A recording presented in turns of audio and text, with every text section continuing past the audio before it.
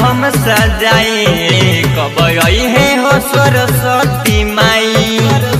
ये सब सुना तारू राह देखी आसन हम सजाई कब आई है हो सरस्वती माई।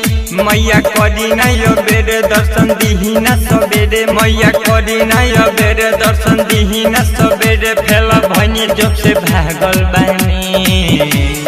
हाथ जोड़ी रात भर जागल बानी बाबे लगे अनमाई से पागल बानी। हाँ हाथ जोड़ी रात भर जागल बानी बाबे लगे अनमाई से पागल बानी। Recording studio पचपत्री।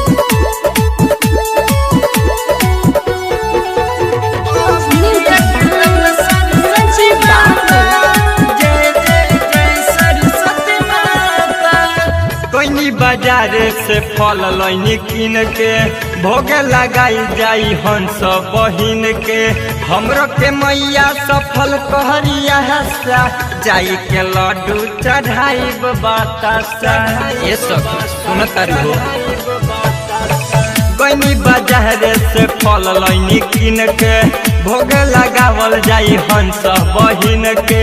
हमरो के मैया सफल कहरिया हसा जाई के लड्डू चढ़ाई बतासा। जाई चरण पे गिरी भरी हाथ के लकीर जाई चरण पे गिरी भरी हाथ के लकीर माई आस लगौल है बानी। हाथ जोड़ी रात भर जागल बानी बाबे लगे अनमाई से पागल बानी। हाँ हाथ जोड़ी रात भर जागल बानी बाबे लगे अनमाई से पागल बानी।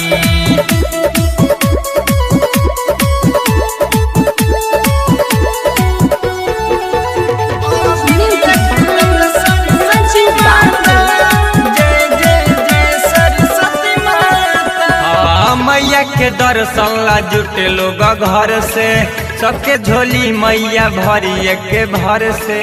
अमनेस लिखी माई के कहरे बिनतिया रोहित पटेल गावे मैया के गीतिया। ये सखी सुनो तारू मैया के दर्शन ला जुटे लोग घर से सबके झोली मैया भरी के भर से। अमनेस लिखी माई के कहरे बिनतिया रोहित पटेल गावे मैया के गीतिया। बारह गहिले मिला के रोशन कहिले जिला के 12 गहिले मिला के रोशन कहिले जिला के लोग यारथी में बाझल बहनी। हाथ जोड़ी रात भर